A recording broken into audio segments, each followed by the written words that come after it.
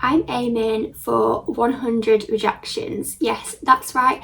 I'm aiming to be rejected 100 times by the picture book industry, which means I'm actively seeking out no's, no thank yous, not yet, or simply just being ignored 100 times over. If you happen to be an artist, illustrator, or a creative of any kind, or actually just a plain old human being, any description, you'll be no stranger to rejection.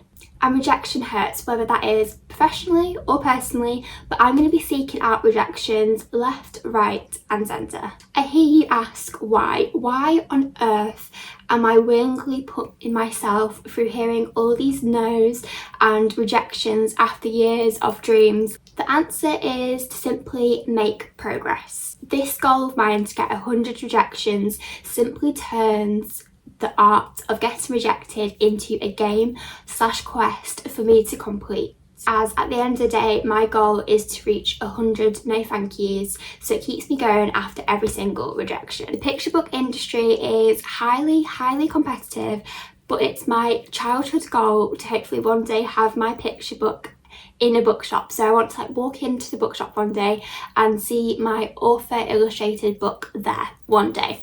And the industry is so competitive that even if I was the best illustrator in the world, which obviously absolutely not, nowhere near that level, then I would probably still face a lot of rejections. This challenge is basically just going to get me to keep going after every single setback. I truly believe that there should be a place for my picture books in the industry. After going to the London Children's Book Fair back in 2023, which is the world's biggest book fair for children's publishing, it made me realise how intimidating the industry is, but also how big it is, which shows that there is a place somewhere, a publishing house somewhere that may want to publish my work one day. But also the selection was quite overwhelming. In a normal case, rejection hurts quite a bit and can often set you back. But this little challenge, 100 rejections, 100 no thank yous, will keep me going, as instead every single rejection will just be one rejection closer to reaching 100 no thank yous. Here are some of the benefits that this 100 rejection theory/challenge should do for me. First of all, as a consequence of showing my work to more people, it has more eyes on it, so it gives it more exposure. And if you're going to keep your work just to yourself, nobody's going to see it, so that is a 0% chance. But the more people you show it to, you're raising the percentage of your most positive outcome coming true. For example, if one person/publishing company rejects your work and say no thank you, it might be a case that they could know somebody that would say yes to your work. So I think it's kind of like a case of who you know, not what you know. Also, sometimes somebody's no could be a not yet, which could eventually lead to a yes. You never know unless you give it a go. Another positive outcome that I'm hoping through trying to get 100 rejections is feedback. So often publishing people don't have the time because they have a lot of work to do, that they don't often give you a response back, but sometimes they can give you a bit of feedback, and this feedback is really valuable to get it from the professionals and hopefully improve my work over time and increase the chances of my work being published. But simply, this challenge is just going to get the ball rolling. It's going to get started, because rather than sitting still and letting the fear of rejection overpower me, I'm going to be making little steps in the right direction. Although every rejection will feel like a setback, I guess, I'm actually going to be one rejection closer to hearing that yes. So that might come at the yes might come at number 25 of attempt of trying to reach out to people, or it could come at number 225. You never know. So at least trying to reach out to 100 people to hear a yes or a no will hopefully lead to some sort of positive result. So I first came across this idea from Katie Draws on Instagram. He's one of the co-founders of the Good Ship illustration, and she talks about how her past rejections have led to many exciting opportunities and projects for her, and it's just a case of reaching out to as many people as possible. She definitely encourages as many people as possible to start their own 100 no thank yous or 100 rejections challenge. In case you're interested, I've linked a blog post from her website that goes into a bit more detail about what her idea behind all of this. When I was also doing a little bit more research for this video, all behind like 100 rejections and stuff, I came across this TED talk all about, let's see what it's called. It's titled What I've Learned from 100 Days of Rejection, which again I've linked in the description in case you're interested. So this video is a bit more general, it's more like personal life, but it's basically the speaker in the talk took on the challenge of 100 days of rejection in his personal life. So although this is more in his personal life and mine's going to be in my professional life, the same principles and ideas can be translated into it, as they both probably lead to the same outcome.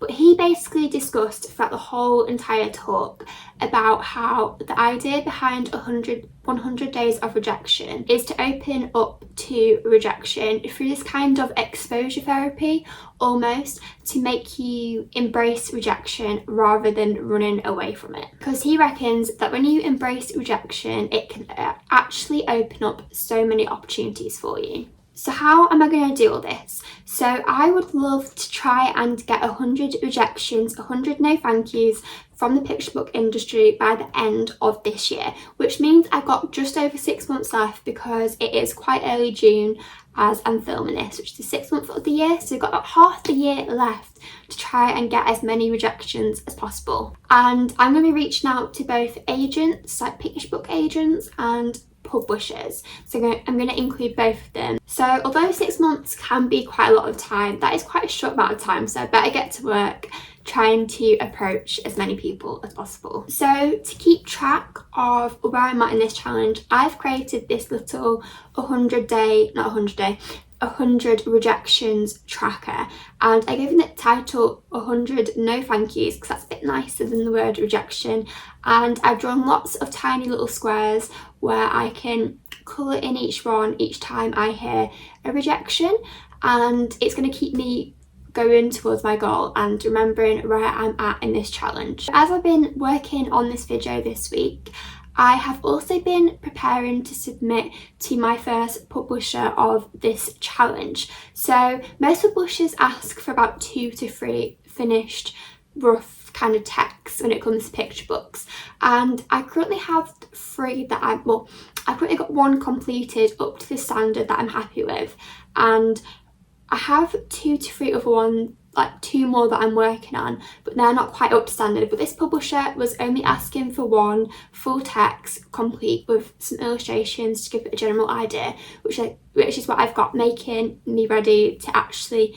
submit to this publisher. So although I'm very keen to reach 100 rejections, I'd like to hear a few yeses along the way, hopefully, which is the whole point of doing this crazy challenge. So this challenge may take me a little amount of time, quite a long amount of time, because I'm going to be wanting to get my work up to a high standard, which does not come easy, it does not come overnight. There's a lot of hours that go into everything. So even though I'd love to reach 100 rejections by the end of 2024, that might not be possible if I'm trying to really maintain high quality. And obviously the more I approach new people, hopefully my standard of work rises through experience and hopefully getting some feedback here and there if I'm lucky. So if I'm being more realistic, it might be more sensible to try and aim for 100 rejections within a year, so